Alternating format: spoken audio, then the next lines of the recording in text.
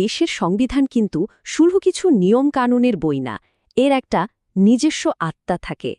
আজকে আমরা ঠিক এই ব্যাপারটাই বোঝার চেষ্টা করব।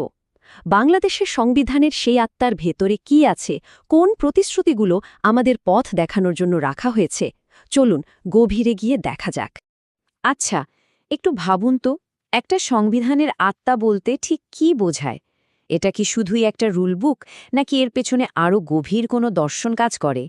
ঠিক এই প্রশ্নটার উত্তর খুঁজতেই শুরু হচ্ছে আমাদের আজকের এই আলোচনা। চলুন আমাদের আজকের যাত্রাপথটা এক ঝলকে দেখে নিই। আমরা প্রথমে জানব এই মূল নীতিগুলো আসলে একটা জাতির লক্ষ্য হিসেবে ঠিক কি বলতে চায়। এরপর আমরা দেখব এর 4টি প্রধান স্তম্ভকে। তারপর আমরা জানব জনগণের জন্য দেওয়া প্রতিশ্রুতিগুলো, এবং খুব গুরুত্বপূর্ণভাবে এই প্রতিশ্রুতিগুলোর মূল সীমাবদ্ধতা কোথায়। শেষে আমরা বুঝব দেশ চালানোর ক্ষেত্রে এগুলো কিভাবে একটা কম্পাসের মতো কাজ করে। বেশ, তাহলে শুরু করা যাক। বাংলাদেশ সংবিধানের দ্বিতীয় ভাগেই কিন্তু বলা হয়েছে রাষ্ট্র পরিচালনার মূল নীতিগুলোর কথা। এগুলোকেই বলা যেতে পারে সেই আদর্শ যা একটা জাতি হিসাবে আমাদের পথ দেখানোর কথা। যদি খুব সহজ করে বলি, তাহলে এই মূলনীতিগুলো হল রাষ্ট্রের জন্য একটা টু ডু লিস্টের মতো। মানে রাষ্ট্র কোন দিকে যাবে, কোন আদর্শগুলোকে ধারণ করবে, আর এর নৈতিক ভিত্তিটা কি হবে, সবকিছু ঠিক করে দেয় এই নীতিগুলোই। এখন প্রশ্ন হল, এই যে একটা বিশাল টু ডু লিস্টের কথা বলা হচ্ছে, এর ভিত্তিটা কি? সংবিধান কিন্তু এখানে পরিষ্কারভাবে 4টি মূল স্তম্ভের কথা বলেছে, যার ওপর দাঁড়িয়েই বাকি সব নীতি তৈরি হয়েছে। এই যে দেখুন, এটা সংবিধানের ৮ নং অনুচ্ছেদের একটা অংশ।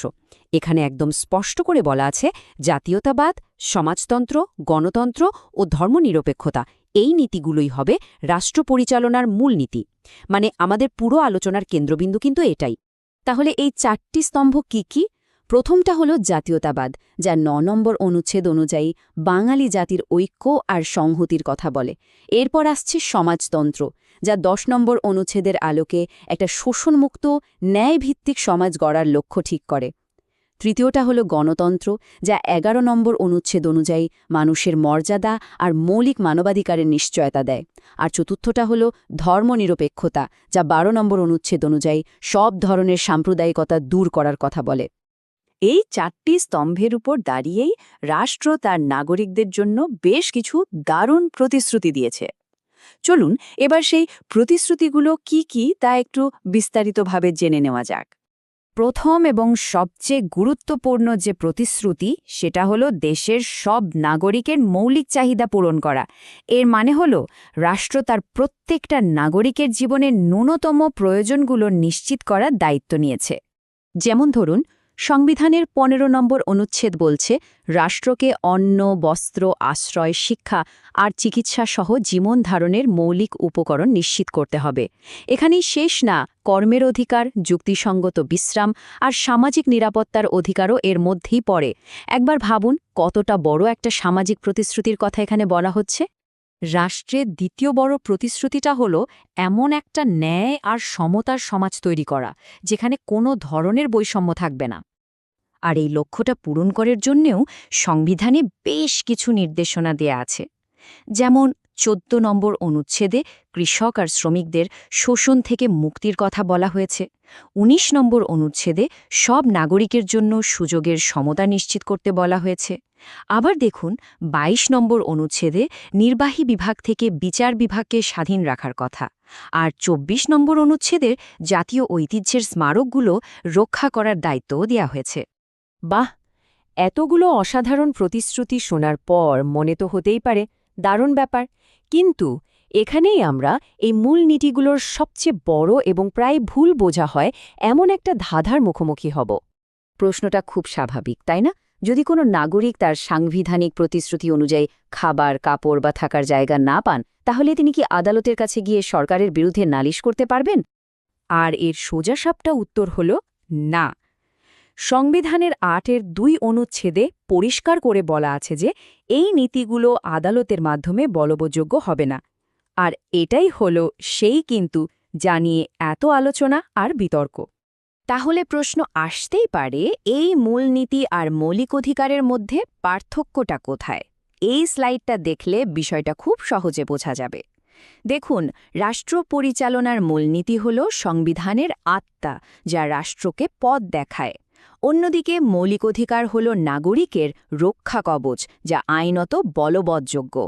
মানে মৌলিক অধিকার যদি কেউ কেড়ে নেয় তাহলে আদালতে যাওয়া যাবে, কিন্তু মূলনীতি পূরণ না হলে সরাসরি মামলা করা যাবে না।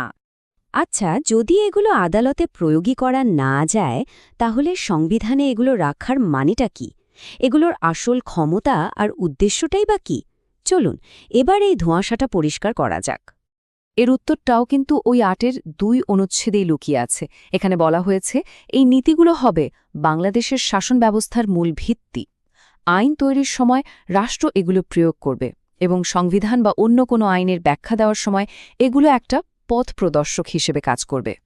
তার মানে এর প্রভাবটা মূলত ৩টা ধাপে কাজ করে।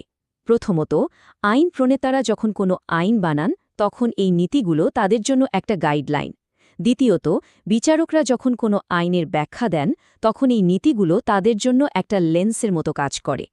আর তৃতীয়ত, সরকারের সমস্ত নীতি আর পরিকল্পনার ভিত্তি তৈরি হয় এই আদর্শগুলোর ওপর ভিত্তি করেই। বাস্তবে আদালত বিষয়টাকে কিভাবে দেখে তার একটা দুর্দান্ত উদাহরণ হল তারিক হোসেন বনাম দুলারি বেগম মামলাটি। এই মামলায় আদালত মূল নীতিগুলোর গুরুত্ব নিয়ে একটা অসাধারণ পর্যবেক্ষণ দিয়েছিলেন। এই মামলায় আদালত বলেছিলেন যে সংবিধান শুধু সরকার বা আইনজীবী রাজনীতিবিদদের জন্য নয়, এটা সাধারণ, দরিদ্র এবং সমাজের সবচেয়ে নিপীড়িত মানুষগুলোর জন্য। এই একটা উক্তিই কিন্তু বুঝিয়ে দেয় যে বিচার বিভাগ এই নীতিগুলোকে নিছক কিছু অক্ষর হিসেবে দেখে না, বরং সবচেয়ে দুর্বল নাগরিকদের প্রতি রাষ্ট্রের একটা নৈতিক দায়বদ্ধতা হিসেবেই দেখে। তাহলে শেষ প্রশ্নটা এটাই, রাষ্ট্র পরিচালনার এই মূলনীতিগুলো কি নিছকই একটা ফাঁপা প্রতিশ্রুতি নাকি সত্যি একটা জাতির পথপ্রদর্শক? আইনত বলবৎযোগ্য না হলেও এগুলো যে একটা দেশের শাসন, আইন আর সমাজের নৈতিক ভিত্তি তৈরি করে তা কিন্তু অস্বীকার করার কোনো উপায় নেই।